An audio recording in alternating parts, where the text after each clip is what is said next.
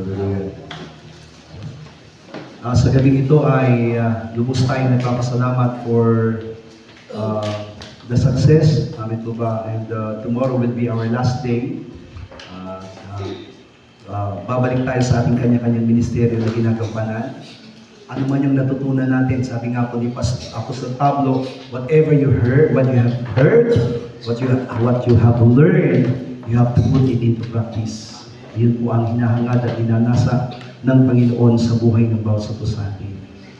And I think, sa totoo lang po, naniniwala tayo na hindi naman ganun kalalim ang pinag-aaralan po natin sa ating seminar. And I think even an ordinary pastors can explain everything about it. Pero naniniwala tayo na ipinaunawa ng Panginoon sa atin sa mas malalim na kahulugan. Because we are using the same Bible, we are using the same Word of God.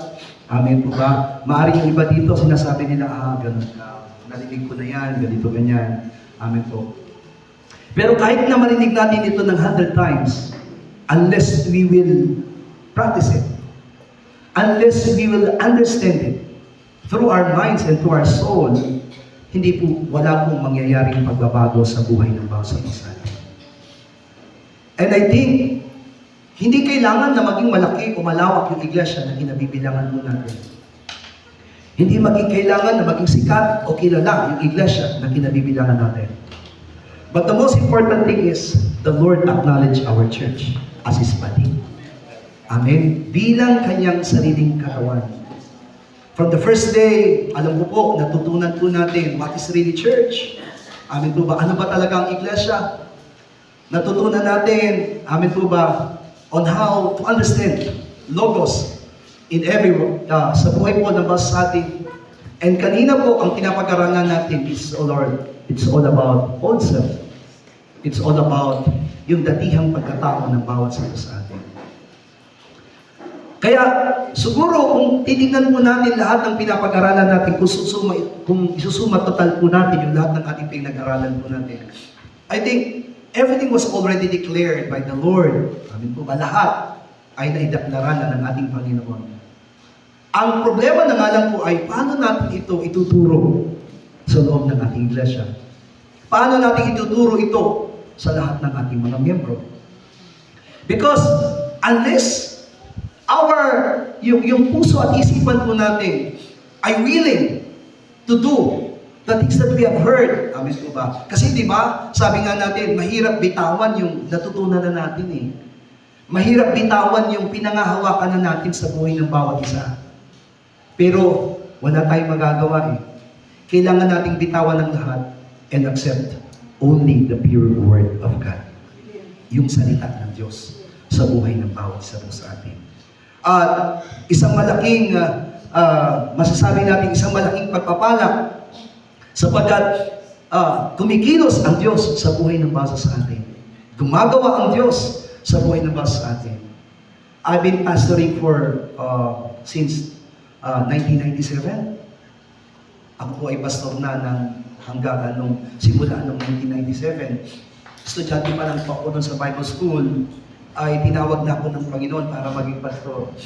And I also attended so many pastor seminars like Apostles, The Way of the Apostles, Prophetic Seminar. Amen. Na-attendan ko na po lahat. Amen. Siguro kung titignan po natin, marami na akong kaalaman. Amen. Pero sa kabila ng lahat ng bagay na yon, my heart is really still willing to learn and be open doon sa mga bagay na ituturo pa ng Diyos sa ating buhay. Amen? Hindi po kasi sapat na sabihin po natin, matagal na tayo sa iglesia. Amen? Hindi po sapat na sabihin po natin, matagal na tayong mananampalataya. Kasi kahit na anong tagal po natin sa pananampalataya, kung hindi tayo natututo, wala rin pong halaga. Kaya nga, yung bagay na itinuturo sa atin ng Diyos sa pamamagitan po ng mga pag-aaral po natin sa ating seminar ay nagsisilbing pagbubukas muli sa bagong way. Amen po ba? Sa bagong daan ng Panginoon sa atin para mas lalo tayong lumago at tumibay sa ating mga paglilingkod at mga pananampalataya. Pero ang pinaka-the best kasi is really, sabi nga, di ba, sa pinapag-aral natin for how many days, sa 2 araw na pag-aaral po natin, your choice is very important. Kasi kahit na anong gawin ng isang pastor na magturo sa atin, kung hindi tayo willing na i-adapt sa buhay ng basa sa atin ang lahat ng ating pinapag-aralan, it is useless. Wala akong mangyayari. Amen? Sapagkat hindi natin makakayanan o hindi natin matatanggap yung mga bagay na gustong ituro ng Panginoon sa buhay ng bawat sa atin. And this time, katulad ng ating naririnig na the Bible tells us about how to overcome. Amen? Siguro yung aming motto sa church na, "Oh my soul, overcome." It was already, kundi ako nagkakamali, nasa 5 taon na po namin pinangahawakan yan at hindi na po nabago.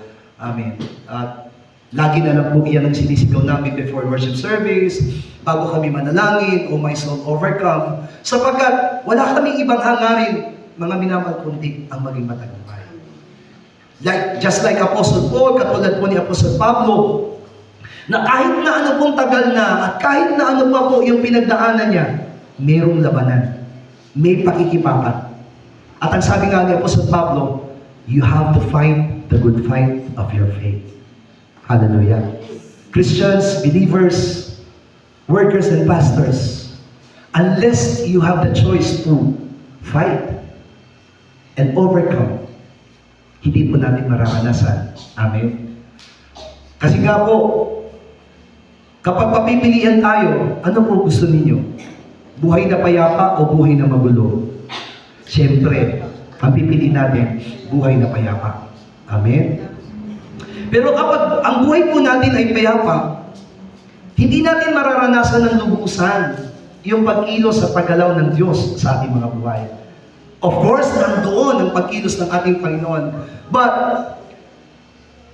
kahit na anong gawin po natin, hindi tayo magkakaroon ng tinatawag na testimony how the Lord blesses us and how the Lord works in our lives in the midst of the storm.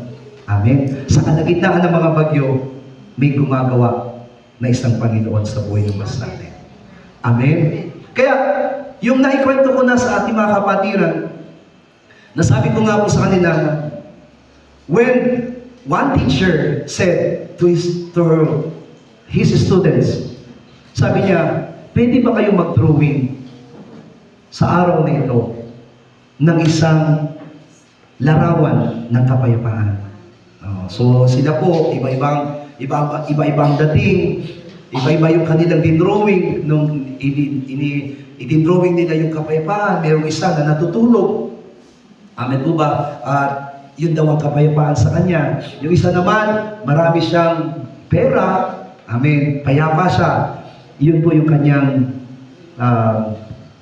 idinrawing. Pero yung isang mananampalataya, tumayo at ibinigay po yung drawing sa kanyang teacher. At yung drawing po na ibinigay niya sa kanyang teacher ay may larawan po doon ng bumabagyo. No? Bumabagyo yung lumilipad yung mga bubong, no? Nasisira yung mga bahay. Yun po yung idinrawing ng mananampalataya. Ang sabi po ng teacher sa kanya, student, naintindihan mo ba yung ipinapadrawing ko sa'yo? Sabi niya, po, di ba yung pinapadrawing niyo po sa akin ay larawan ng kapayapaan? Oo. Sabi niya, paano sasabihin mo itong kapayapaan? Sir, sabi niya, ang nakikita mo lang kasi yung bagyo. Tignan mo yung nasa gilid. Sabi niya, tignan mo yung nasa gilid. At tinignan ng teacher, may manok na nandun sa gilid. Inahin. At doon sa inahin po doon, marami siyang sisiw.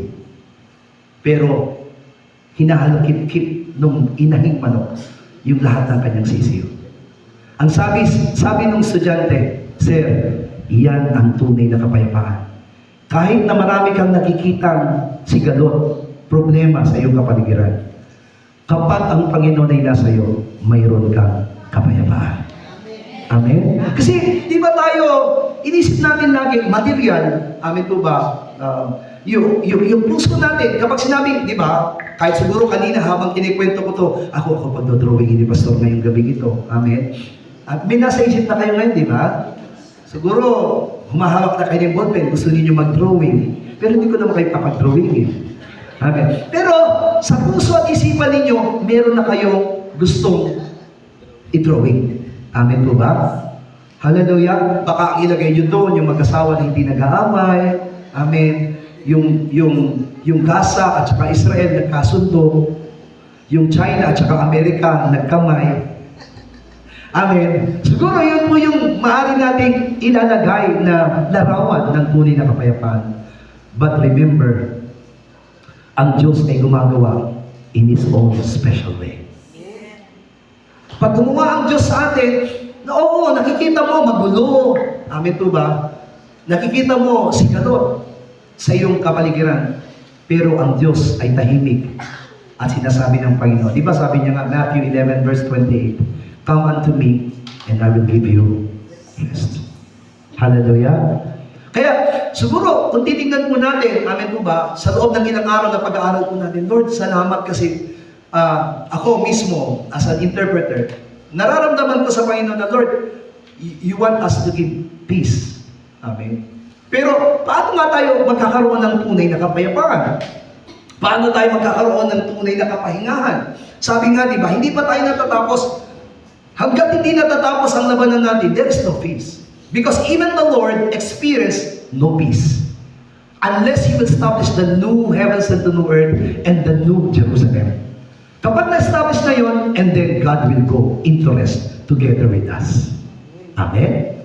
Pero, ang sabi din ng salita ng Diyos, kahit ngayon na hindi pa tayo nakakapasok sa kapahingahan, meron pa rin tayong kapahingahan sa Panginoon. Amen? Kaya, yun yung isang bagay na hinahanap natin at gusto nating asahan sa Panginoon. Kaya, siguro, tayong mga mananampalataya, the best thing that we should do, siguro, yung mga bagay na gusto nating gawin, ay, sumamba na lang tayo. Alam ko po, habang nagpupuri kayo sa kanina, nagagalak kayo, di ba? Hallelujah. So, kahit na masakit yung dibang nyo, kahit na masakit yung likod nyo, because this is for the Lord. Amen. Gusto mo ito ay para sa Panginoon, kaya ibibigay mo ang lahat. Amen. I became Christians 1991. 1991 po ako naging Kristiyano. Noong naging Kristiyano po ako, ay sinabi ko na sa sarili ko, dahil nakita ko yung song leader namin, Lord, gusto ko maging song leader. Gusto ko talaga maging song leader. Aaminin ko naman hindi maganda ang boses ko. Huwag yun ang pintasan. Talagang bago sa inyo bago kayo ang pumuna, ako na muna ang pumuna sa sarili ko, hindi maganda ang boses ko. Amin po. Pero gusto ko maging song leader kasi gusto ko magpagamit sa Panginoon. Pero sabi ng pastor namin sa akin, bakit? Matuwid ka naman. Sabi ko, Lord, mahirap ka na maging song leader kasi kailangan ang matuwid sa pagiging song leader. Pero at that time, hindi pa lubos yung aking pagiging born again. Amen? Kasi bago pa lang ako mananampalataya, sa puso at isipan ko, kahit na pastor ang nagsalita, bakit? Ikaw ba matuwid? Yun ang sinasabi ko. Amen? Alam niyo po ba yung tinatawag na traitor? Ganun po ako. Yung nararamdaman ko sa sarili ko na I'm against with this pastor. Bakit? Kala mo kung sino siya magsalita eh. Amen? Sinasabi niyang matuwid lang ang pwede maging song leader. Samantalang siya, hindi naman siya matuwid. Ganun po ako. Parang, amen, nakikita ko yung sarili ko, no, hindi pwede. Then, amen po ba, hanggang sa dumating ang pagkakataon, nabago yung pastor namin. Amen, hindi po ako natuwa nung nabago ang pastor namin. Pero nung nabago yung pastor namin, umalis din yung song leader. But that was the time that God put me into being a song leader. Kaya lang na problema ang church nung naging song leader ako. Bakit? Yung gitarista namin, hindi niya alam kung saan siya pupunta. Kasi siyempre, di ba, hindi naman ako marunong. Sabi ko nga po sa'yo, hindi ako marunong, hindi ako biyasa. Kaya yung gitarista namin, hindi niya alam kung susundan ba niya ako o ako susunod sa kanya. Ayan, ganyan po ang nangyari. Hanggang sa God trained me and trained me and trained me and trained me. So from 1994, amin po, bago ko pumasok ng Bible school, from 1994 po, naging song leader na po ako. At ngayon po, 55 anyos na po ako, pero hindi ako mahihiyang magpuri sa Panginoon. Why? Because I know this is my way to worship God. Hallelujah. Ito yung pamamaraan ko para bigyan ng kaluguran ng Diyos. Pintasan mo man ako, Wala sa akin yan. Ang pinaka-importante sa akin, ginagawa ko ito para sa Panginoon. Hallelujah! O kasi, di ba, yun yung isang bagay. Pero, when we are studying, habang nag-aaral po tayo dito sa seminar, nasabi ko sa sarili ko, lahat pala ng ginawa ko, wala pa rin halaga. Do you understand? From 1994, I became a worship leader. And hanggang sa ngayon, na 55 anyos na ako, ay nagsusulit pa rin ako kapag mayroong ganitong klase ng okasyon sa ating iglesia. Pero habang nag-aaral tayo ng salita ng Diyos, I saw myself, I am not worthy. Maaaring yung iba dito, kilala na ako sa pagsusong lead. Maaaring yung iba dito, nakapag-song lead na po ako ng March for Jesus. Nakapag-song lead na ako sa isang malaking seminar ni Reverend Kidon Kim sa Camp Crame, na thousands of pastors are being dumalo sa seminar. At maraming mga pastor ang nirecord pa po yung aking pagsusong lead. At sinasabi nila, Pastor, hindi pa kami nakasumpong ng ganyang song leader. Sabi nila ganyan, ang galing-galing mo. Tuwa naman yung tega mo. I was really, at that time, tama yung sinabi ni Pastor, lahat tayo mayabang. Diba? Sometimes we serve the Lord, naglilingkod tayo sa Panginoon, hindi para sa Panginoon, kundi para sa ating sarili. Amen? Yung laging iniintindi natin sa buhay po natin na, tama ba itong ginagawa ko? Maganda kaya pag sumasayaw ako? Maganda kayang tingnan? Amen? Napakasagwa. That's why, di ba, kapag sumasayaw tayo at nagpupulis sa Panginoon, sometimes yung iba, di kay Toto, wala na siyang pakita sa katabi niya, pero yung mayroong iba na, sige lang, para medyo hindi halatang amen? Para magandang tingnan. Amen? That's why, sinabi ko po sa inyo, that even though I already experienced many big ministry in song leading, but through our seminar, I saw myself, I am not worthy. Hindi ako karapat-dapat. Bakit? Iyan yung pag-aaralan natin sa gabi ito. Kasi di ba, lagi natin sinasabi sa sarili natin, alam ko, ginawa ko na ang lahat para sa Panginoon. Alam ko, the best na yung ginawa ko sa Panginoon. Sino dito nakakaalam na the best na yung ginawa niya sa Panginoon? Sabi ng Panginoon, para maging the best ang gagawin mo sa Kanya, ipagbili mo ang lahat ng iyong kayamanan at ipamigay mo sa duka at sumunod sa Kanya. Iyan ang nakalulugod sa Kanya. Ano ba ang nakalulugod sa Panginoon? Kapag sinampal ka sa kaliwa, ibigay mo rin ang kanan. Kung dalawa ang cellphone mo, ipamigay mo yung isa.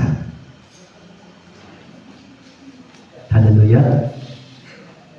At ang sabi ni Pastor nga, sabi ng Panginoon through Pastor Jong, sabi niya, huwag mo hihindian ang mga nangihiram sa iyo. Hallelujah. Pagkakataon niya na po na humiram sa katabi niyo. Kasi ang sabi ng Panginoon, huwag mong hihindian ang nangihiram sa iyo. That's why, habang nag-interpret po ako, habang nag-aaral tayo, siyempre po, hindi ko pwedeng ibigay yung side ko, hindi ko pwedeng ikatwiran sa aking buhay habang ako'y nag-interpret. But I saw myself that it's very poor. I saw myself that is very small in the sight of the Lord. Please open your Bible to Romans chapter 12. Ito po, pinuksan na po natin kanina ito sa ating seminar.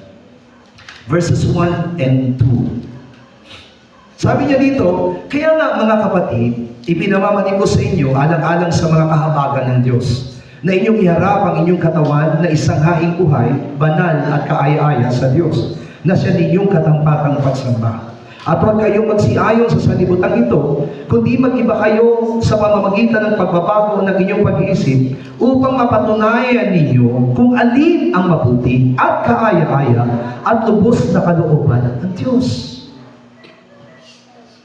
Kaya, nung nakita ko po, nung naramdaman ko yung Panginoon na, nung sinabi ng Diyos sa ating seminar na, that the message of the Bible from Genesis up to Revelation is to overcome our own self.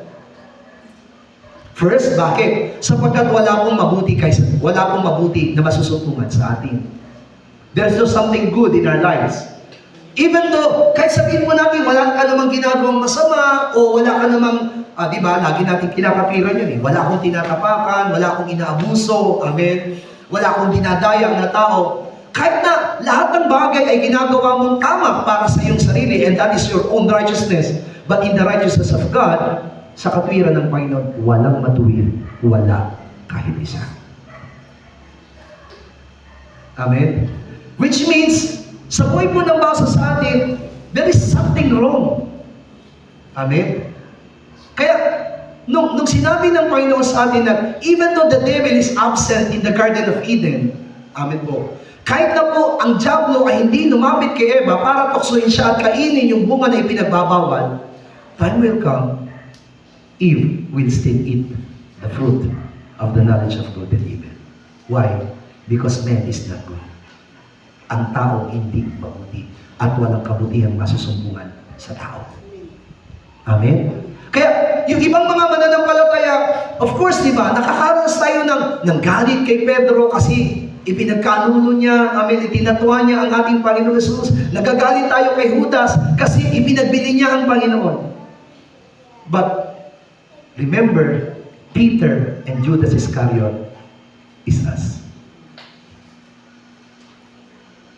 Of course, Peter and Judas Iscariot have their own lives. Pero kapag titignan natin spiritually, maraming Pedro, maraming Judas sa loob ng iglesia. Amen?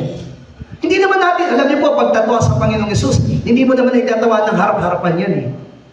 Pero once na hindi natin ginawa ang kalooban ng ating Panginoong Yesus, it means you betray the Lord. Di ba anong sabi niya sa Book of Hebrews? Once daw na tayo po ay gumagawa ng kasalanan, na tayo na nakaalam ng katotohanan, muli natin ibinibilad sa kahihiyan si Kristo.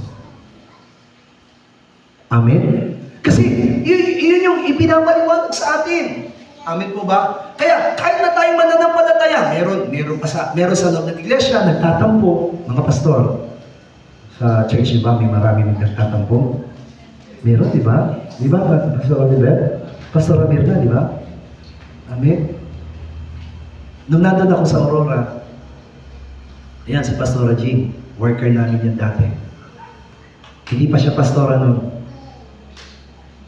Ang sabi ng mga membro sa akin, si Pastor Manny, kumuha ng motor, paano niya babayaran yan? Eh di tayo magbabayad yan. Ang sakit-sakit ang loob ko. Sabi ko, Lord, ni minsan hindi ko inatip sa sarili ko na ikukunin ko ang pambayad ng motor na kinuha ko sa mga miyembro. Kaya ang sakit-sakit ng loob ko noon, ang sinasabi ko, Lord, bakit ganito yung mga miyembro? And how many times I cry in the ministry, how many times I was being depressed in the ministry, at gusto ko nang bumigay, gusto ko nang umayaw sa pagmiministeryo, ayoko na maging pastor. Pero alam niyo ang ginawa ng Panginoon, the time na nagkaroon ako ng motor na hinuhulugan, doon dumating si Pastor John. Save.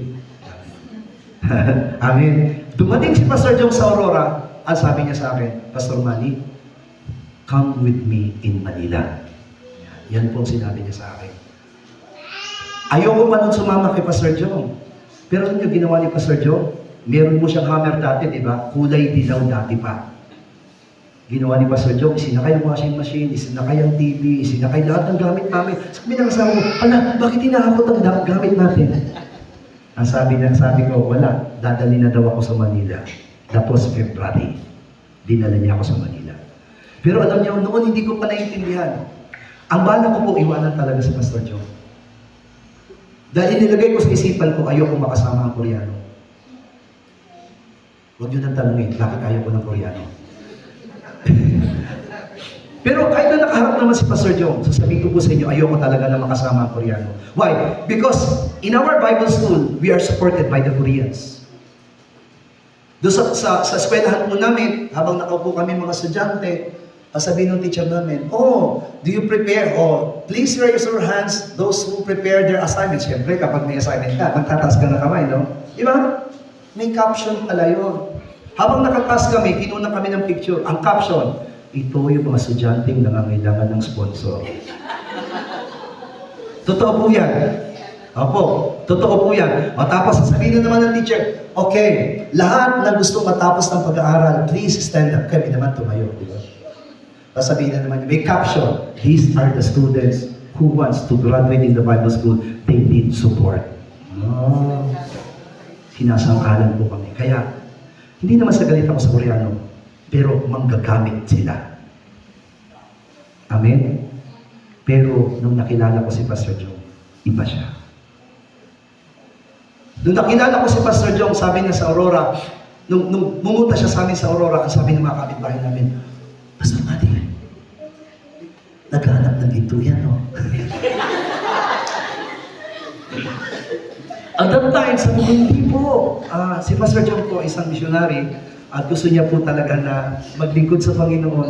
Amen. At gusto niya po talaga na gamitin siya ng Diyos dito sa Pilipinas. Hindi po siya kumukuha, hindi po siya nagiginto. Sabi ko ganyan sa kanya. Kasi mukha siya Hapon, di ba? Kaya akala nila magiginto si Pastor John.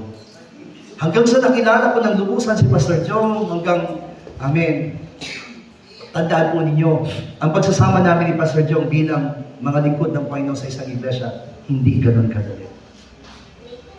Sasabihin ko po sa inyo, wala naman siya, di ba? Nagtampo na rin po ako sa kanya. Opo, kasi bakit? Nagtampo ako sa kanya, isa lang ang naging kasalanan ko. Simula noon hanggang ngayon, isa lang ang naging kasalanan ko kay Pastor. Alam niya ng mga manggagawa namin sa church. Ang naging kasalanan ko lang kay Pastor, nag-overtake ako sa kanya sa daan. Inunahan ko siya sa Manila. Ang Koreano po, kultura nila, kapag head mo, hindi ka dapat nauna. Kaya po, kami kapag nasa Korea ako, ilang beses ako, 15 beses pumunta sa Korea. Kapag halimbawa, Koreano, medyo matataas o senior to. Eh ako po ang lalaki ng hakbang ko, di ba? Lalaki, tignan niyo po, isang hakbang, dalawang hakbang siguro ng mga manggagawa namin. So pag lumalakad ako mabilis, pero pag nasa Korea po ako, hindi po ganyan. Mabagal po. Kailangan hindi ko siya maunahan. Dahil kultura yan ng mga Koreano, hindi mo pwedeng unahan ng senior mo. Di katulad dito sa Pilipinas, iniiwan ng pastor. Amen? Oo. Tanungin mo yung mga manggagawa, kumain na po kayo. Opo, tapos na po kami kumain. Yung pastor po ninyo kumain, hindi pa. Nakakain na silang lahat. Kaming mga pastor, hindi pa nakakain. Ganyang kabait ang mga Pilipino. Amen? Kaya, nung nagtampo ako sa kanya, at that time, sabi ko, Lord, parang gusto ko na siyang iwanan. Hindi ako tatagal dito. Amen. Hindi ako tatagal dito. Tapos, yun, kiss and make up, diba? Siyempre, matagal na kami magkasama. Sabi niya sa amin, walang sorry. Dahil si Pastor Joe, hindi nagsasorry. Pero, action speaks louder than words. Sobrang gagawa siya ng paraan how to make kiss and make up sa kanyang manggagawa. At dalawa na palang beses ako nagtampo sa kanya. Naalala ko, baka magtampo rin sa akin ito mga manggagawa. The last time na nagtampo ako, nung pumunta dito yung mga Koreano. Yung last time na pumunta dito yung Koreano. Ang balak namin, susunduin sila sa airport, kasama ako. Nagbago ang mind niya, hindi na ako sinama. Tapos pangalawa, sabi niya, susunduin ko sila sa airport, dadalhin ko na muna sila sa church para magkita-kita kayo. Hindi niya rin ginawa. Diniretso niya sa Palawan. Kaya ang ginawa po nila, amen, sabi naman ni Pastor, on Saturday, sabi po ni Pastor John, on Saturday we will have our, party and we will cook barbecue. Yan, mahilig sa barbecue si Pastor eh. Barbecue, sabi niya, sige po, barbecue kayo mag-isa. Hindi po talaga ako nagpakita. Talagang hindi po ako nagpakita. Tapos kinabukasan ko, di wala na po yung mga Koreano, di ba? Pumunta na ng Korea, umuwi na ng Korea. Pag-uwi ko po, pagpunta ko po ng church, morning prayer, di ba? Makikita kami. Pag-morning. Siyempre sa morning prayer, good morning, Pastor. So wala kang magagawa. Alam niyo po, pagkatapos ng morning prayer, may dala siyang gift sa akin. This is for you. That's why, sabi ko, Panginoon, hindi pa rin talaga ako, marami pa rin akong dapat ituwid sa buhay ko. Kaya, I choose this one, a transferred life. Amen po ba? Very memorable sa akin ng Romans chapter 12 verse 1 and 2 kasi lagi itong ginagamit ng mga pastors on, sabi doon, and offer your life as a living sacrifice, which is really your good offering to God. Hindi lamang po mga pastor, hindi lang mga manggagawa ang kailangan mag-offer ng kanilang buhay bilang hain sa Diyos. Lahat ng mga mananampalataya dapat ginagawa ito. Lahat na po ng mananampalataya, magsabi ng amen. Amen. Lahat tayo, mula bata hanggang sa pinakamatanda, kailangan mag-offer ng kanilang buhay because this is really our living sacrifice. Kapag tayo po ay nag-offer sa Panginoon ng ating pong pananambahan, ng ating paglilingkod, we are just like a lamb. Para po tayong isang tupa na inihahain ng Diyos, na inihahain sa harapan ng Diyos. Tandaan po natin, what is the offering to the Lord as a living sacrifice in the Old Testament? You have to offer a 1-year lamb without blemish. Walang kapintasan. Amen? Hindi ka pwedeng, di ba, according to Ageo and according to Malakay, ikaw ba, magbibigay ka ng isang handog sa iyong gobernador ng isang hayop na may kapansanan? Sabi niya, hindi ka magbibigay. Higit pa sa Panginoon. Amen? Di ba? Yan ang ginagamit ng mga pastor. That's why, sabi niya, give your whole tithes and test the Lord. Di ba? Sabi doon. Kasi ganun talaga tayo. Kapag tayo po ay lalapit sa Diyos, maglilingkod sa Panginoon, we need to offer our lives as a living sacrifice. Ibig sabihin, pagpasok mo pa lang ng church, when you are attending the worship service, kailangan pagpasok mo pa lang doon, whole body, soul, spirit, strength, will be offered to the Lord. Amen? Hallelujah? Pero anong ginagawa naman na ng palataya pagpasok ng church? Naghahanap ng kakwentuhan. Tama ba? Hindi pa nakontento na ako, sister, kamusta ka na? Praise the Lord. Amen po ba? Hindi pa yan uupo. Uy, balitaan mo ba yung nangyari sa amin? Ano mas ganito ka na. Hallelujah! You are already in the worship service. Tama ba? You are already in the worship service. You need to prepare your whole heart, your whole soul, your whole strength. Kasi ito ay para sa Diyos. Kaya nga, you don't mind anything. Hindi mo na imamind, hindi mo na isipin lahat ng bagay sa iyong kapaligiran. Because when you enter, di ba sabi niya, enter the courts of the Lord with praise. Enter the courts of the Lord with joy. Amin po ba? Kung may problema ka, kung may suliranin ka, once na pumasok ka sa pananabahan, once na pumasok ka sa worship, kalimutan mo ang problema mo. Kasi hindi ito ang panahon para pag-usapan ng problema. Ito'y panahon para pag-usapan si Kristo at pag-usapan ng kanyang masaganang biyaya sa atin. Hallelujah! That's why, doon pa lamang makikita natin, really, the old self manifests in me. Meron talagang lumang pagkatao na nararamdaman ako sa aking buhay. Minsan nga sa church, minsan gusto ko na rin talagang, magalit. Pag during the worship service, gusto ko magalit. Kasi, ang ginagawa ko po sa worship service, kasi maaga po ako sa worship service, ang worship service po namin, 7 o'clock in the morning eh. So, 6 o'clock pa lang, nandun na kami sa church. So, kailangan namin sindihan ng ilaw, i-prepare lahat ng mga gagamitin sa worship service. Dahil saktong alas 7, 6:55 po, kailangan nag-uumpisa na kami ng worship service. So, ganun po lagi. So, bago po mag-worship service, dahil marami pang oras, uupo po ako para manalangin. And I asked the Lord, Lord, help me because this is worship service. Lead us by the Holy Spirit. Pero habang nananalangin ka, maraming kapatid nagtatawanan, nagkwekwentuhan.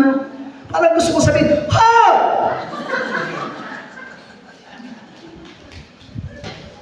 Sa church nyo ganyan?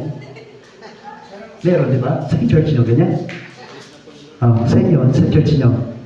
Meron, di ba? Sa church nyo, Pastor Adoida? Meron, di ba? Yan yung sinasabi natin, still the old self manifests.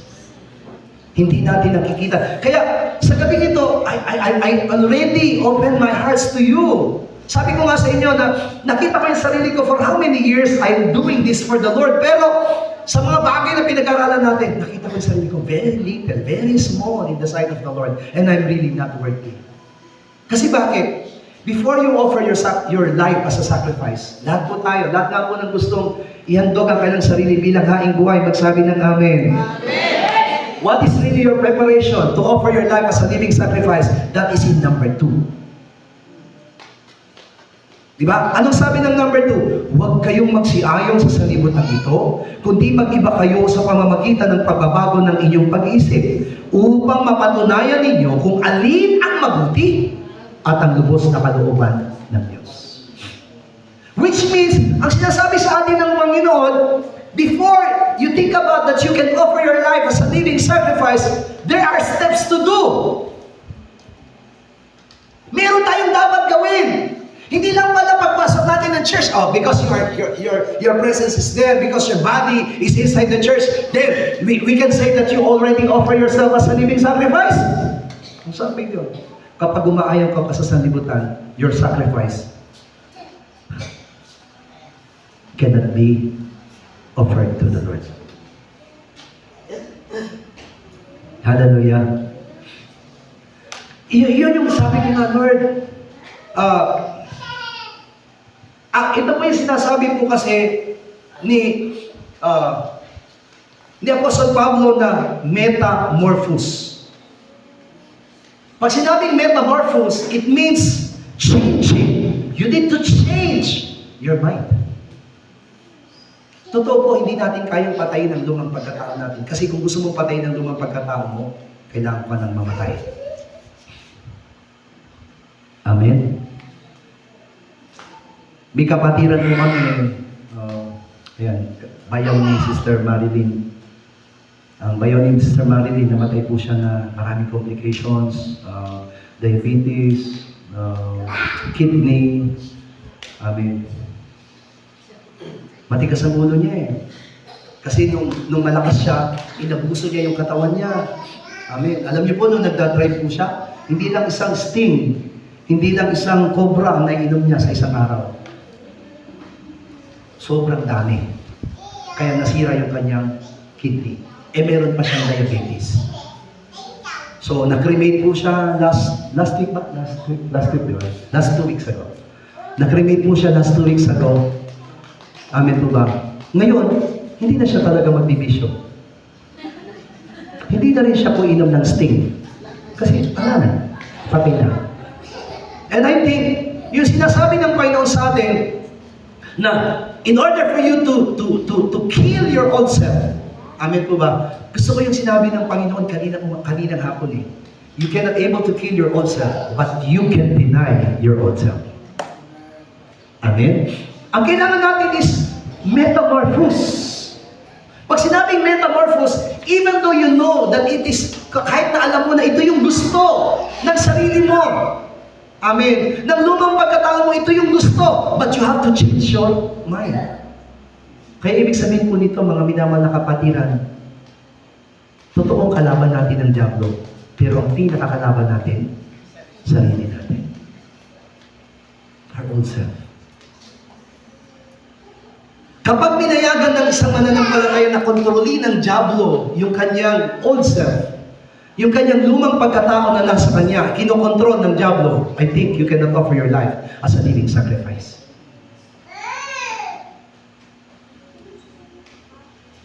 Remember, ano pong sabi ng salita ng Diyos? Hallelujah. Ang sabi po dito sa Efeso, Kabanatang 2, Talatang 2, na inyong nilakaran noong una ayon sa lakad ng sanlibutan ito, ayon sa pangulo ng kapangyarihan ng hangin, ng spirito na ngayon ay gumagawa sa mga anak ng pagsuway. So which means, mga minamahal na kapatiran na naririto ngayon, mga minamahal na kamanggagawa, pastors and workers, sabi dito, ito yung dati nating buhay. None of us, amin pa ba? Wala po sa atin ang isinilang na matuwid at kaya siya naging mananampalataya because He is righteous. Lahat po tayo dumaan sa tinatawag na nakiayon sa sanlibutan. Hallelujah. But what is the problem now to the church? Totoo po, nasasabi na ngayong iglesia, pero karamihan ng iglesia ngayon, compromise to the world. Pansinin niyo po ngayon yung mga Christian churches. Saka makakakita na Christian churches may Christmas tree, tapos may Santa Claus. Do you understand me? Sa totoo lang, compromise po yun. Once na ikaw ay naglagay ng Christmas light sa church mo, it means you are compromised to the world. Dahil ang church, sabi ng Panginoon, ito'y bahay panalangin. Amen? Hallelujah? That's right. Wala kang i-display sa church kundi si Kristo. Kahit wala pa yung, amen po ba? Kaya nga po, doon sa San Jose yata ako nakita, Happy Birthday, Jesus. Sa San Jose ko yata nabasa yan. Happy Birthday, Jesus. Kanina, yung anak ni Pastora Loida, nakakita ng picture sa cellphone. Si Papa Jesus. Sabi ko sana, sino nagturo sa inyo? Nanay mo?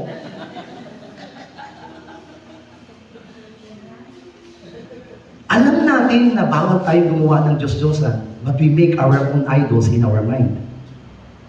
Amen? Hallelujah? Kaya, pumunta po kayo sa church namin, wala po kayo makikita ng Christmas light. Wala po kayo makikita Merry Christmas. Wala po kayo makikita. Bakit? Ang paniniwala namin, Jesus is already at the beginning. Totoo, nagkatawang tao siya, pero hindi yun birthday niya, kasi siya ang pasimula. Dahil siya ay Diyos. You have to teach your members na Jesus Christ, even though He became man, that is not His birthday. Because He is God, He can do everything. Pwede niyang gawin ang lahat ng bagay. Amen?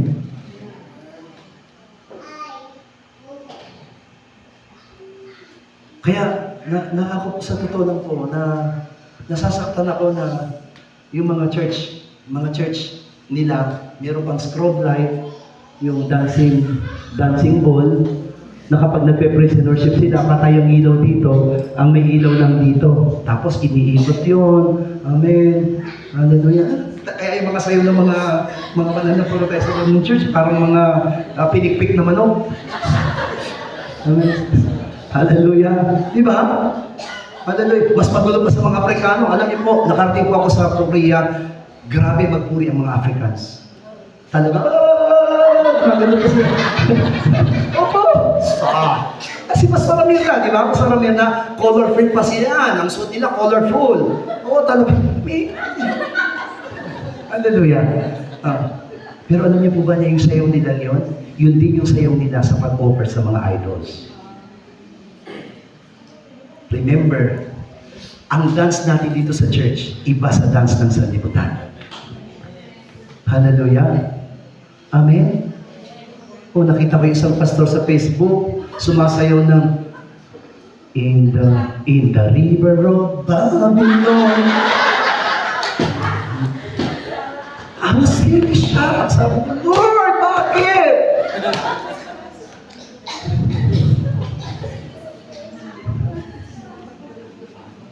Kung si Pastor Oliver lang yung nakita ko, lagot sa akin to, sa Manila pa lang. Because, intindi niyo po akong mabuti. Kasi kami mga pastor, di po ba, when we saw our church members who are in the world, gusto man namin magalit, hindi namin makuha magalit. Why? Because we understand, hindi pa sila malago sa pananampalataya. Hindi pa nila talaga naiintindihan yung kalooban ng Diyos sa kanilang mga buhay. Pero kapag pastor, yung gumagawa nun, hindi maganda. Gusto niyo po ba na katayin natin ngayon? Music please.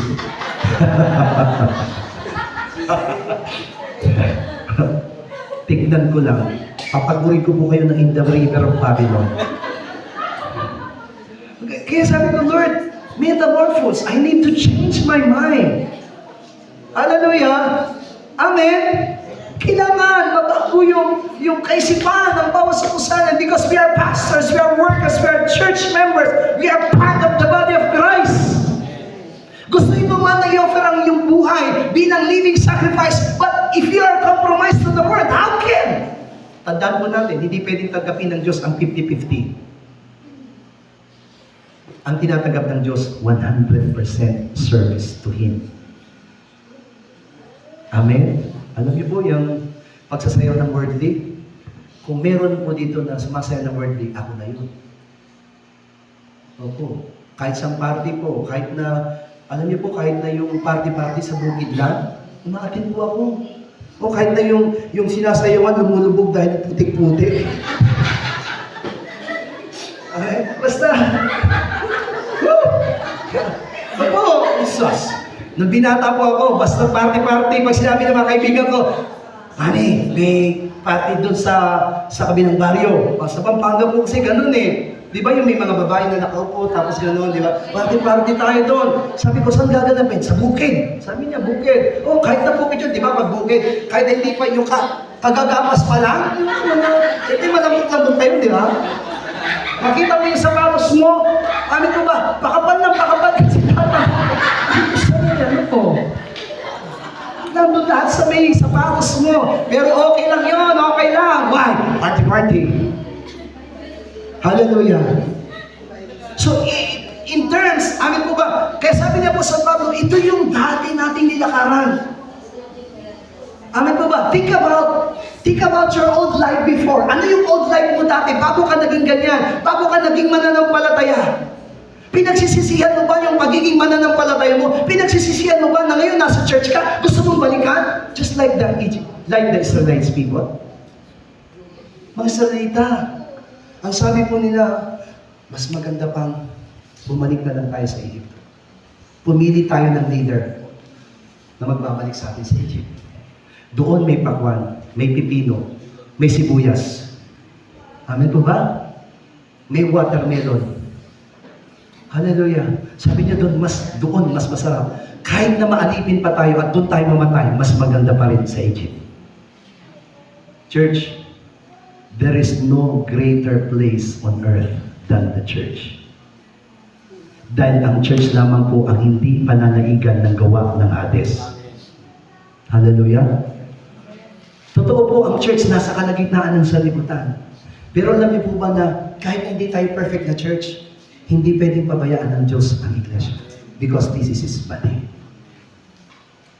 Amen. Ngayon, hindi pa natin nararamdaman yung mga bagay na ginagawa natin. But time comes, we will give. Amen po ba? Test to God. Whether what we did, whether it is good or it is bad.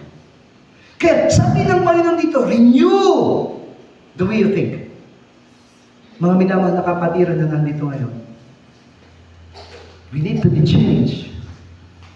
Sabi ko nga po Lord, patawad. Kasi akala ko okay na ako. Akala ko na sa loob ng ilang taon ako na nagiging pastor, I'm already worthy. Pero ang dami ko pa palang pagkukulang. Ang dami ko pa palang hindi nagagawa. And sometimes I was being compromised by the world. Amen? Because I still watch TV. Lahat nga po nang nanonood ng TV, magsabi ng amen. Abot kamay na pangarap. Di ba? Di ba? Oh. Which means, kapag ka nanonood pa tayo ng TV, we are still compromised with the world. Lahat na naglalaro ng online games. Diba? Once na ginagawa mo yan, you're still compromised with the world. Amen? O yung mahilig pa doon sa tinatawag na skirt. Ano? Rip jeans. Amen? Totoo nga na hanggang dito yung short niya. Wow, ang haba ng short ni Sister. Talagang Maria Clara. Pero yung rip niya hanggang dito. It's really good. Hallelujah. Alam niyo po, may manggagawa kami na ganyan senior citizen na nagulat ako nung umati siya ng Bible sa paano yan sa inyo nanay? I was really shocked. Amen? Nangyayari. Kaya dito, sinasabi mo doon, we need to renew our mind. Amen po. Hindi natin lubos na mapapatay yung ating lumang pagkatao because that is ourself. Hallelujah! Whether we like it or not, kahit nasa church tayo, dala natin ang old self. Hindi natin yan pwedeng iwan. Hindi natin pwedeng sabihin, oh, old self, mag-church ako, diyan ka muna. Oh, mamaya na lang kita babalikan. Hindi pwede. He's with you all the time. Kaya, nararamdaman ng isang mananampalataya that, di ba sabi nga ni Pastor kanina, na kuripot siya. Amen. Kaya marami mananampalataya. Sa amin po kasi sa church namin, ang offering, hindi po hindi po, pinananawagan. Automatic po yun na kapag pumasok ka ng church namin, ay kung may offering ka, ilagay mo na kagad sa offering basket yung iyong offering. Meron kaming tinatawag na special offering. Kung gusto mo ang special offering, pwede rin. Pero yung aming tunay na offering, kailangan, bago ka pa lamang sa church, halimbawa, pagpasok mo pa lamang, kailangan hinuhulog mo na. Naranasan ko po yung pagkatapos mo mag-preach ng pastor, sasabihin po nung manggagawa, ngayon po ay dadako po tayo sa pagbibigay. Amen, di ba? Tapos yung ibang makapatiran. Ay, pili na pili. Pili na pili yan hanggang sa dumating sa kanya yung basket. Amen. Ang pasya niya sana, 100. Kaso malapit na, ito na ng 20. Amen? Because that is the old self. Hallelujah! Amen? Kaya para hindi ka makompromise ng old self mo, pagpasok mo pa lang ng church, ilagay mo na yung offering mo sa basket. Hallelujah! Mga church, kami po, sa church po namin, amen. Ito mga Philippine Holy Joy Church, yan. Hindi po namin pinapayagan ang manggagawa na manalangin sa offering. Ang nananalangin sa offering, ang tatay o nanay ng church. Bakit? Kasi tayo ang pinagmumula ng blessing. Amen. Kaya kailangan ikaw ang nananalangin. Amen. Ikaw ang nagtataas. Panginoon, itinataas ko sa iyo ang mga offering and tithes ng aming mga miyembro. Pagpalain mo po sila. Ikaw ang gumalaw at kumilos sa kanilang mga buhay at suplayan mo sila ng lahat ng kalipan. Hindi pwedeng kapatiran. Kahit manggagawa pa siya, you have no right. The right to bless is only mother and father. Pastor. Amen? Ngayon, kapag binilang ang offering, binilang ang 200 lang yung offering. 200 lang yung offering. Alam niyo po, huwag po kayo magtampo mga pastor. Kung ano ang maging resulta ng bilang ng offering, ang unang bilang sa atin. Kaya kung 200 lang ang naging offering, sasabihin kagad nung treasurer, kung 200, yung naging offering, 10 kami, ang 11 si pastor.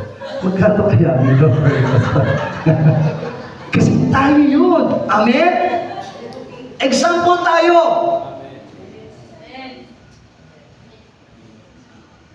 Kaya nga, before, kapag dating nyo sa church, siguro mas maganda baguhin nyo na. Pagdating nyo sa church, ang offering, ilagay na kagad. Pakiusapan nyo yung mga membro, o kaya kung meron kayong mga offering, ilagay nyo na doon sa offering box. And then, before preaching, bago ka mangaral ng salita ng Diyos, raise your hands. Kung meron kang lapel, sa totoo lang maganda may lapel ng mga pastor. Kasi kapag may lapel ang pastor, 2 kamay ang itinataas. Alam niyo ito ba ibig sabihin nun, di ba? Sa Berea, di ba? Hindi lang naman sa Berea, but the Bible says, 2 hands, amen po ba? Right? Amen. Yung life, di ba? Yung right, life. Yung left, prosperity. Amen? Kaya kapag itinaas ng pastor yung left and right niya, hindi lang niya ibinibigay buhay sa mga miyembro, binibigay niya rin ng prosperity. Amen. Pero kung microphone nyo katulad ng ganito, talagang isa lang itataas mo. Pero kasama naman nakataas yung ganun mo lang yung isang daliri mo. Representative yung antena. Kasi kanya na ginagawa ko eh. Oh, this is really my style. Kapag nananalay ko, Lord, bless all our church members. Antena yan. Ayan.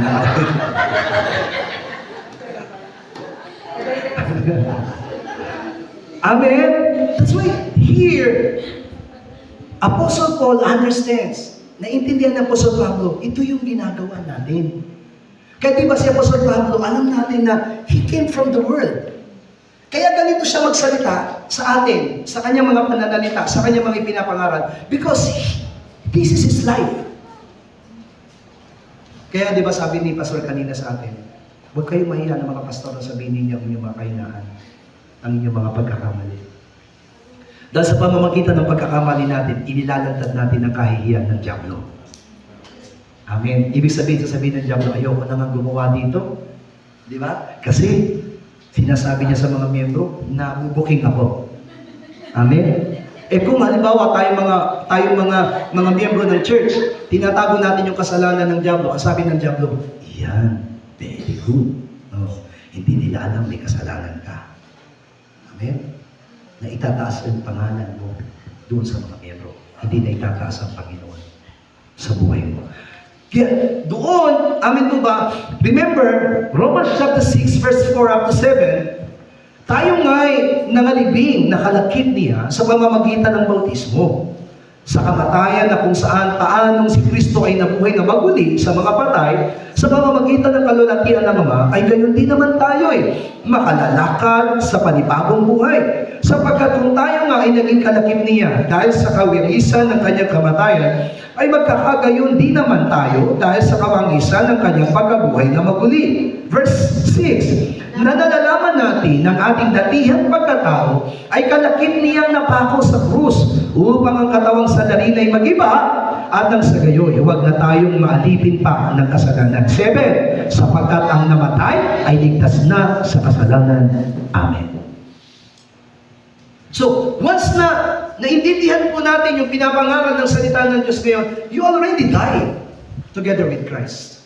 Lahat nga po ng hindi pa bautismo, magsabi na namin, I think all of us here are already, siguro itong mga bata pa lang ngayon ang hindi pa nababautismo dito, but all of us are being baptized in water. Akala natin na bautismo tayo sa pamamagitan lamang ng pagiging membro ng church. Pero sinabi dito, kapag tayo pumayag na mabautismo, ibig sabihin pumayag ka na mamatay na kasama ni Kristo. Amen? Hallelujah. That's why open rebuke is better than secret love. Tanggapin natin yung rebuke. Halimbawa po, kamanggagawa mo, ni-rebuke ka. Tanggapin mo, Lord, salamat kasi itinuwid ako. Nakita ko yung pagkakamali. Amen? Kasi, ang pinakamahirap kasi ituwid mo sarili mo. Tama ba? Pero yung ibang mga kapatiran na nakakakita sa'yo ng kamalian mo, no, once na itinuwid ka, huwag mong ituring itong galit sila sa'yo, o may tampo sila sa'yo. Ang isipin mo, pagtuturo ito at pagtutuwid ng Panginoon sa akin. Pagdadagdag ng kaalaman ko para sa Diyos. Because I'm already died. Amen po ba? Walang sino man po sa atin ngayon na naririto ang buhay pa. Lahat tayo patay na. Sabihin po na sa katabi natin, patay ka na. Amen. Ang totoo, patay na tayong lahat. Amen? Through our baptism, we are already dead.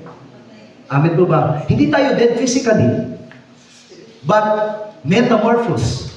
Our old mind as being dead already. Namatay na. Hallelujah. At ang kailangan natin ngayong ipamuhay ay yung buhay na ninanais ng Panginoon sa buhay ng bawat sa atin. Kailangan maging radical tayo for changes. Pag sinabing radical, sukdulan, gagawin at gagawin ng bawat sa atin. Efeso, sabi Colossians chapter 3 verse 1. Tingnan niyo po, Efeso chapter 3 verse 1. Kung kayo nga'y muling binuhay na kalakip ni Kristo, ay hanapin ninyo ang mga bagay na nasa itaas, na kinaroroonan ni Kristo na nakaupo sa kanan ng Diyos.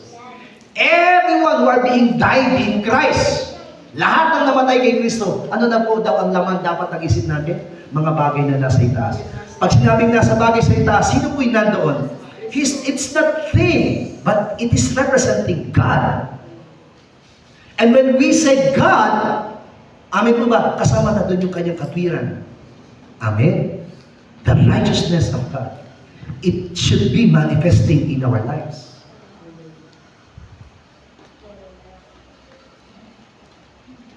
Kailangan, ito na yung panahon, church. Ito na yung hinahangad ng Panginoon sa atin.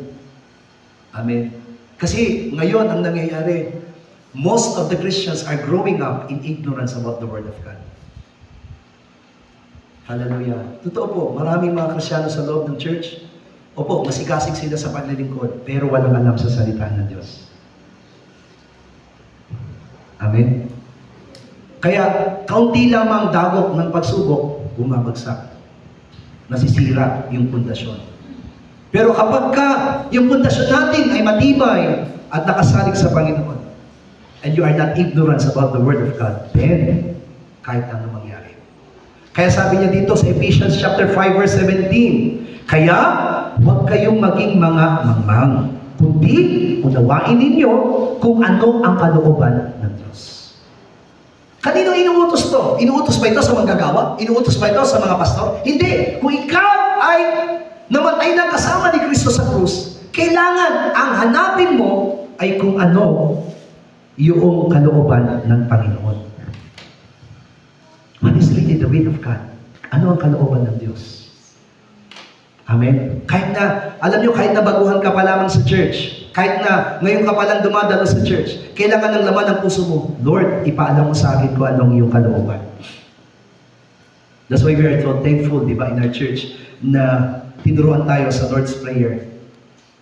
Amen. The Lord's Prayer said, not my will, but let your will be done. Amen. Hallowed be your name, Lord. Yan ang sinasabi natin sa Panginoon. Kaya, kahit na, amen, palaguin natin yung sarili natin. Patatagin natin yung sarili natin. Amen. Kasi yun ang hinahangad natin. Ephesians chapter 4 verse 17. Efeso 4:17. Ito nga ang sinasabi ko at sinasaksayan sa Panginoon na kayo hindi na nagsisilakad pa ng gaya naman ng lakad ng mga hintil sa pagpapalalo sa kanilang pag-iisip. Di ba? Sabi doon, we are not walking like the Gentiles. Hallelujah. Hindi na tayo lalakad katulad ng mga hintil. Ang lakad po natin ay kasama si Kristo sa ating mga buhay. That's why do not be ignorant about the Word of God. 1 Peter chapter 1 verse 14 and 15. Unang Pedro 1:14 hanggang 15. Na gaya ng mga anak na matalimahin, na huwag kayong mag-asal na ayon sa inyong dating mga masasamang pita, na kayo'y nasa kawalang kaalaman. Ngunit yamang banalang sa inyo'y tumawag, ay mga pahabanan naman kayo sa lahat ng paraan ng pamumuhay. Yan ang pakiusap ni Pedro sa atin. You have to be holy. As much as possible, you have to be holy. Because the one who called you is holy. Amen? Hallelujah. So, every day, ngayon, magiging maliwanag na sa atin na araw-araw may laban ako. Pag-isip pa lang natin sa umaga, di ba? Sabi nga ni Lord, the spirit is willing, but the flesh is weak. Amen? Kanina, sabi ko sa Panginoon, Lord, patawad. Ano kaya ang gawin ko na lang sa gabi? Fellowship na lang. Huwag na lang ako mangaral. Total, wala naman si Pastor Joe. Ako, yan. Sabi ko, wala naman si Pastor Joe. Pero nung pagpunta ko po dito, uy, nandiyan si Pastor Joe. Hindi pwede. Hindi pwede. Amen. Yung sinabi ko sa akin, Lord, patawarin mo ako kasi because I'm making my plans according to my own will. Amen. Hindi ko, opo, He's my head, pero hindi siya dapat ang titignan ko kung maglilingkod ako sa Panginoon. I must look upon the Lord kung ano yung kalooban ng Panginoon. Kasi hindi po maganda yung kalagayan ko. Now, I have fever. Ngayon po, meron po akong lagnat. Mainit po yung lumalabas sa bibig ko. Kaya sinasabi ko, Lord, mahirap. Kaya siguro, sa isipan ko, nagkasala ako na Kasi ganyan ang diablo eh. Ano na ng gawin mo? Kasi maghapon ka naman nagsalita. Ngayong gabi naman. Ganon yun. Ganon. Sabi naman ng concept ko, oo nga, dapat hindi na ako. Kasi siya nga eh, pag nagsasalita siya, kasama ako. Pag nagsasalita ako, wala siya. That is really my own self. Totoo po. That is really my own self. Pero hiningi ko ng kapatawaran sa Panginoon. Sabi ko, Panginoon, tatawarin mo ako kasi alam ko, ito yung luma kong pagkatao. Salamat sa Panginoon. Di ba? Kaya nga sabi ni Pastor kanina, pag nagmanifesto yung luma mong pagkatao, pasalamatan mo kasi tinutuwid ka na ng Panginoon. Amen? Merong ginagawa ang Diyos sa iyong buhay. Pinapakita niya yan para, ito na, nagmamanifesto na. Kailangan mo ma-overcome yan. Kailangan mo malampasan yan. That's why when I entered the church and I saw Yana singing, lumakas ako, sabi ko, Lord, I can feel, sabi ko, praise the Lord, hindi ako nagbigin ng worship, kundi si Yana, habang umakawin siya, Lord, let these songs be my strength in my spirit. Amen.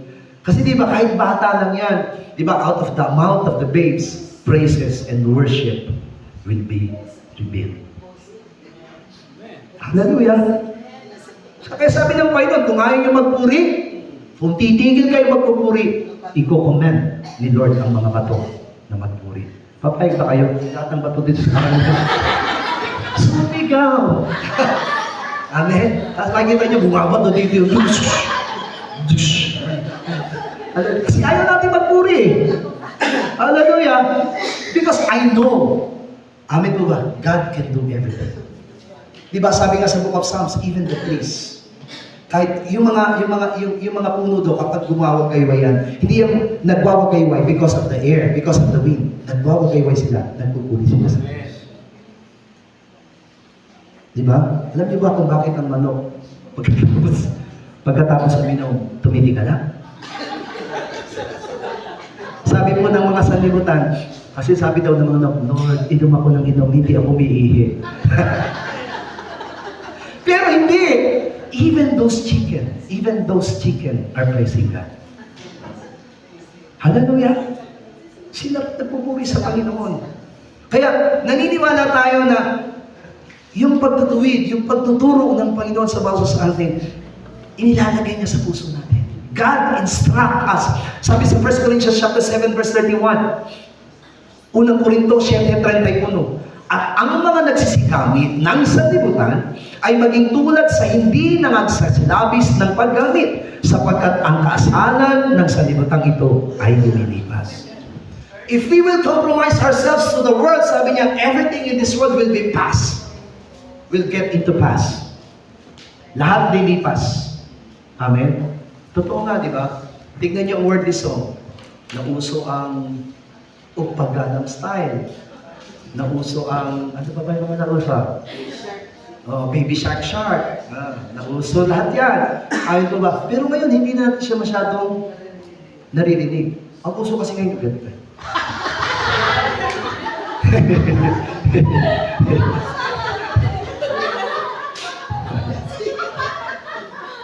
Sabi ko, iba na naman ang uso. Parang mga baliw itong mga tao ito na ganito.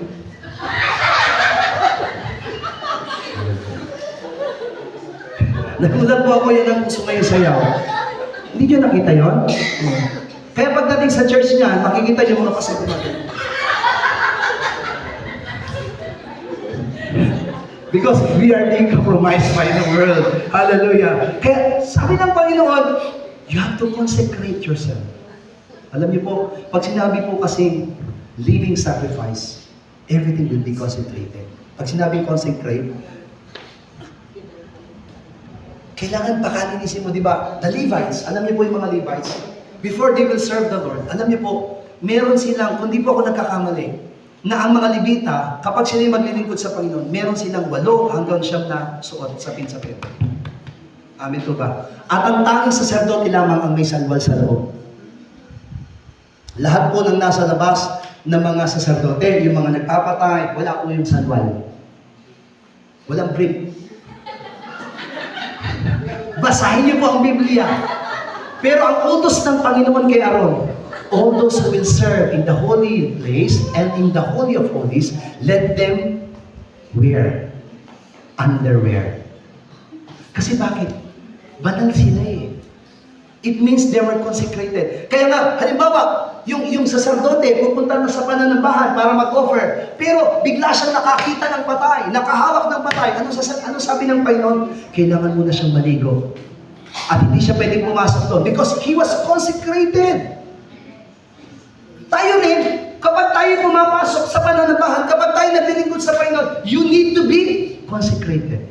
That's why, Saturday evening pa lang, consecrate mo na yung sarili mo. Lord, tomorrow will be worship service. Ito ang dress ko bukas. Amen. Ito ang offering ko bukas. Hallelujah. Ito ang worship service natin ay 5 o'clock, 7 o'clock. Mag-a-alarm ka ng 1 hour before the worship service. Because that is consecration. Hallelujah.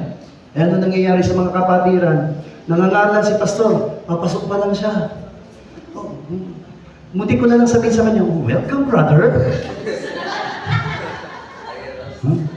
Kasi may minsan may nasasanay na talaga ng mga miyembro na nasanay na sila na late sila. Hallelujah. Pero hindi po eh. Kailangan sanayin mo yung sarili mo na unahin mo si Lord bago ang lahat. Sabi nga 30 minutes before the worship service, kailangan nandun na ang mga mananampalataya because they will prepare for a prayer. Lord, open my spirit, open my soul. Amen? Para matuto ako, malaman ko yung kalooban mo sa aking buhay. Dapat ganun. Consecrate. Consecrate yourself. Kaya minsan nakakatampo na may mga kapatiran na kung kailan Sabado at kinabukasan pananambahan, tsaka sila lalakad. Meron silang busy schedule on the Saturday. Kung kayo'y mananampalataya, sabihin niyo po doon sa mga ibibisi kayo ng Saturday, hindi ako pwedeng tumanggap ng appointment ng Saturday and Sunday. Kasi yan para sa Panginoon. Kasi magiging katwiran mo, halimbawa Saturday ka umalis, hindi mo naman alam kung ano mangyayari sa daan. Amen po ba? Kaya sasabihin mo na lang sa Lord, alam ko maintindihan mo naman ako, kaya hindi ako nakakadalo ngayon. Amen? Tapos magpo-post ka pa sa Facebook, on the way to Tagaytay. Ayos ka. Ha? Ganun tayo. Pagdating sa Panginoon, lagi siyang huli. Lagi natin iniisip, may intindihan ako ng Panginoon. Hallelujah. 2 Corinthians chapter 4, verse 16. No, sabi po din, kaya nga, hindi kami naghihimagot, bagamat ang aming pagkataong labas ay may pahina, ngunit ang aming pagkataong loob ay nababago sa araw-araw. Sana ganito tayo. Amin po ba? Nakikita man ang kahinaan ng ating pisikal na panlabas, pero mananatiling malakas yung ating espiritual na kalalagayan. Amen? Sabi nga, put off and put on. Kung meron tayong dapat tanggalin. Kung meron dapat tayong ilagay. Siyempre, ang aalisin natin ay ang masama kaisipan. Anong ilalagay natin? Si Christ sa buhay ng mas atin. Amen? What is the renewal of mind? 2 Corinthians chapter 10, verse 5. Ikalawang Korinto, kabanatang 10, talatang 5, na siyang tumigiba ng mga malinghaka at ang bawat bagay na matayog na nagmamataas laban sa karunungan ng Diyos at bumibihag sa lahat ng pag-iisip sa pagtalima kay Kristo.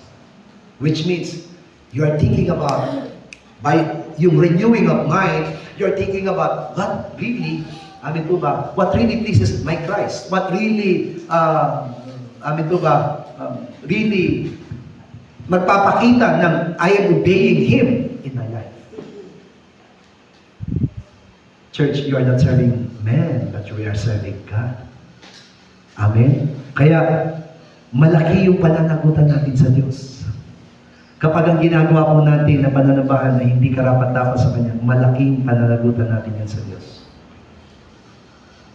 Yes, we are not under the law. Hindi na po tayo nasa ilalim ng kautusan. Because under the law, mali ka lang, papatayin ka na. Under the law, if you will not attend the worship service, the Sabbath, you will not attend the Sabbath, you will be killed. Amen? Lahat ng hindi worthy, papatayin. in the Lord. Pero salamat sapagkat sa ilalim po ng biyaya at pag-ibig ng ating Panginoon, hindi tayo pinapatay.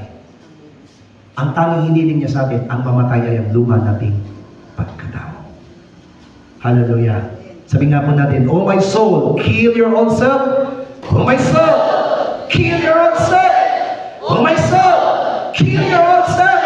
And oh my soul, kill your own self." Hallelujah. Yan ang kailangan natin gawin. And I hope and I pray and bless every one of us through Romans chapter 12 verse 1 and 2. We can give our lives as a living sacrifice. Amen? It is not very simple. Hindi mo madali. Nasa, binigay ko na. Eto, nandito na nga ako eh. Hindi po. Unless you will do verse 2. Renewing your mind. Do not compromise with the world anymore. Amen po ba? And think about what is good in God. Then, your sacrifice will be a true living sacrifice to the Lord. Amen po ba? Nawa, pagpalain tayong lahat ng ating Diyos. Nawa, makita natin ang sarili natin na, Lord, I am offering my life and I am doing the things which you commanded to me. Amen po ba? Sapagkat mahalaga po, kahit na maliliit lang na bagay ang gagawin natin sa Panginoon, ipagsusulit natin yan sa harapan ng Diyos. Hallelujah. This time, tayo pong lahat ay mananalangin before we will end up our worship service. Tayo po'y manalangin sama-sama that, Lord, help me to offer my life as a living sacrifice. Not to be compromised by the world, and help me to renew my mind in everything that I do. Sapagkat, hinuwin mo na kami. Namatay na kami kasama ni Kristo sa krus. At hindi mo hayaan na maghari sa amin ang kamalingan, ang kalikuan. Bagus, we will consecrate everything in our lives. That all our sacrifices, all our offerings that will be offered to you will be accepted and be holy to you. As we shout, "Oh my soul, overcome," let us pray all together. Oh my soul, overcome. Oh my soul, overcome. And oh my soul, overcome.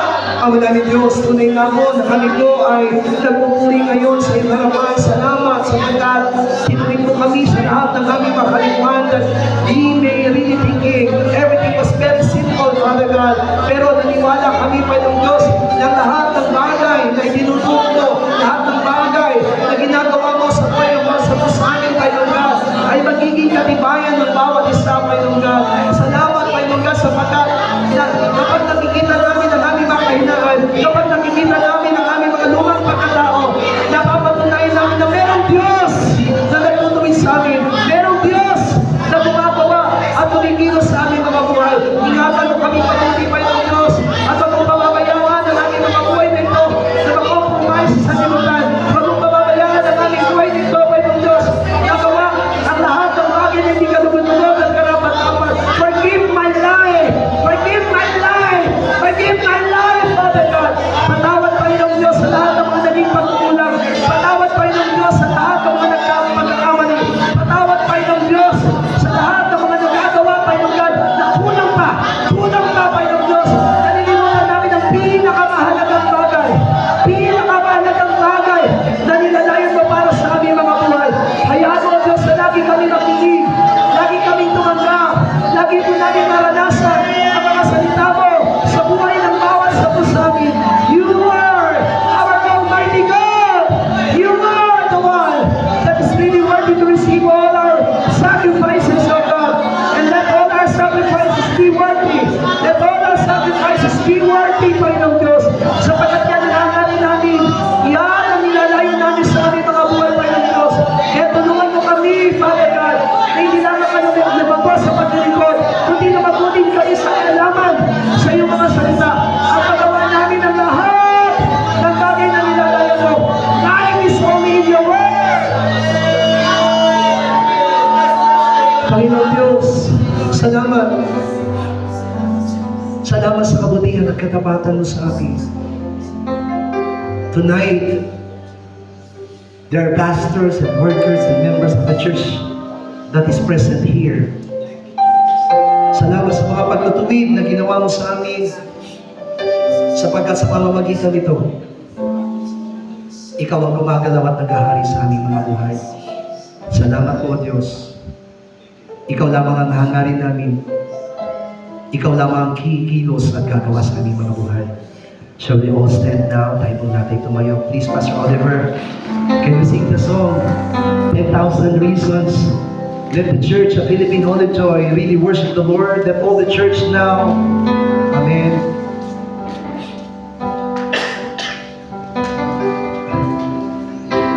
Praise God. Ngayon po, ibigay natin ang ating pagsamba at pagpupuri sa Panginoon.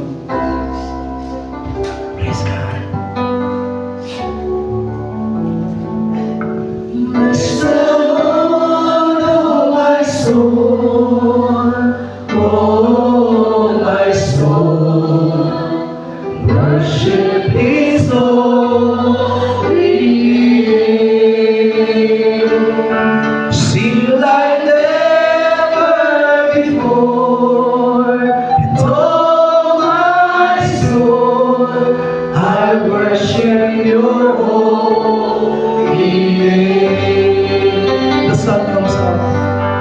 The sun comes up. It's a new day dawning. It's time to sing Your song again. Whatever may pass and whatever lies before me. Yes, Lord. Let me be singing when the evening comes. Oh, my soul, bless the Lord, oh my soul, oh my soul, worship His holy name. Still like never before, and all my soul, I worship Your holy name. You're rich in love, and You're rich in love, and You're slow to anger. Your name is great, and Your heart is kind. For all Your goodness I will keep on singing. 10,000 reasons for my heart to find. Bless the Lord, oh my soul, oh my soul, worship His holy name. Sing like never before, and all my soul, I worship Your holy name. Everyone declare. And on that day when my strength is failing, the end draws near and my time has come. Still my soul will sing Your praise unending. 10,000 years and then forevermore. Bless the Lord, oh my soul, worship His holy name. Sing like never before. Oh my soul, I worship Your holy name, and I worship Your holy name. Lord, I worship Your holy name.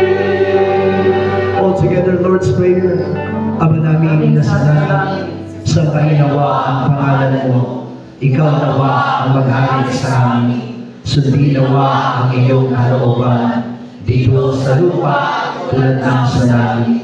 Bigyan mo po kami ng pagkain kailangan namin sa araw na ito at patawarin mo po kami sa aming mga kasalanan tulad ng aming pagpapatawad sa mga nakakasala sa amin. At huwag mo kami hirap sa mahigpit na pagsubok, kundi ilayo mo po kami sa masama, sapagkat iyo ang kaharian at ang kapangyarihan at ang kapurihan magpakailanman. Amen. God bless you all. Hallelujah. Good night po sa inyo lahat. See you tomorrow.